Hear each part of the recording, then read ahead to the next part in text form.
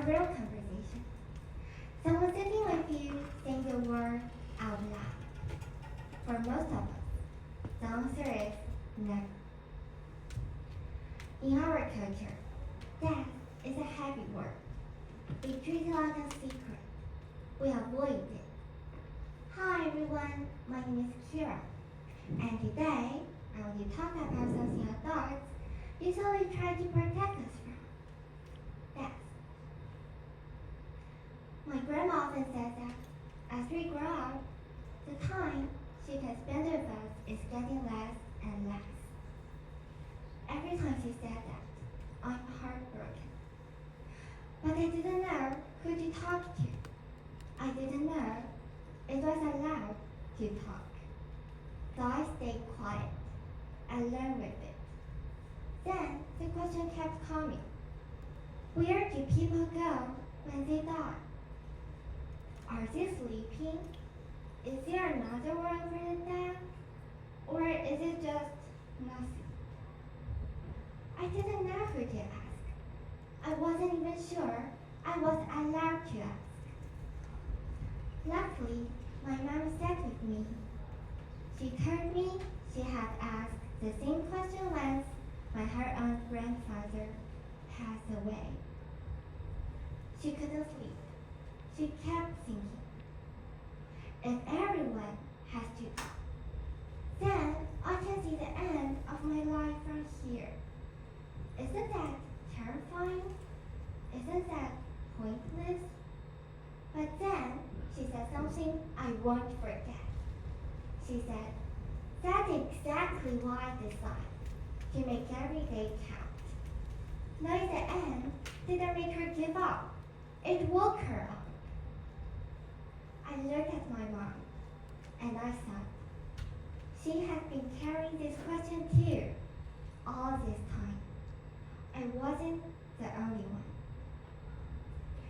That conversation changed everything for me. Not because she had all the answers, but because she showed up. She sat with me. She said the word. I want to share a number with you. In 2025, researchers studied over 1 million teenagers in China. Here's what they found. Out of every 100 teenagers in China, 16 have thought about ending their own life. 6 have made a plan. 3 have tried. I'm not sharing this to scare you. I'm sharing this because I think it matters. They are not strangers. They are kids sitting in the classroom. They are kids eating dinner with their family. Kids who look completely fine on the outside. And many of them have one thing in common. They didn't know how to talk about pain. They didn't know it was allowed it. Because nobody ever taught them. If we don't talk about that, we also didn't talk about fear, loss, grief, or darkness. And when those feelings come, and they always come, kids face them completely alone. Silence doesn't protect us. Silence isolates us. When kids understand what life is, they don't become darker. They become more grateful, more alive. So adults, find a moment. Talk to us about the people we've lost. How can we still feel them, still carry them, still stay connected with them? Like the movie Coco, it says, death is not the end. Forgetting is the end. More importantly, talk to us about our own lives. No matter what happened, no matter what we've done, no matter how bad it feels, you won't judge us. We will always find a way through together. Nothing in this world is worth my life. you're here with us. My grandma wants a few more years with us, and I want that too. And because I know our time is real, I'm going to make it count. So the next time when Charles asks about death, don't change the subject. Sit with them. Say the word.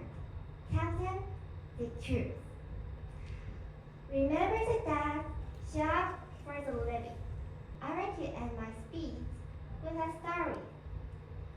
2 years ago, I went on a trip to Romania. I visited a place where the dead rest. Yes, a graveyard, a cemetery. But this place is called the Mary Cemetery. How can a cemetery be merry, be happy? Before I went, I thought it would be scary, dark, and cold. But when I got there, wow, every tombstone was painted with all kinds of colors. There were paintings of people drinking, playing the violin, or driving tractors. They used colors to tell stories. Blue for freedom, green for life, red for passion, and black for death. Standing at a cemetery, and I felt peaceful.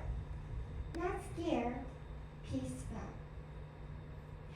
When you stop being afraid of the end, you actually start enjoying the middle. So that's my wish for you today. Happy living, everyone. Thank you.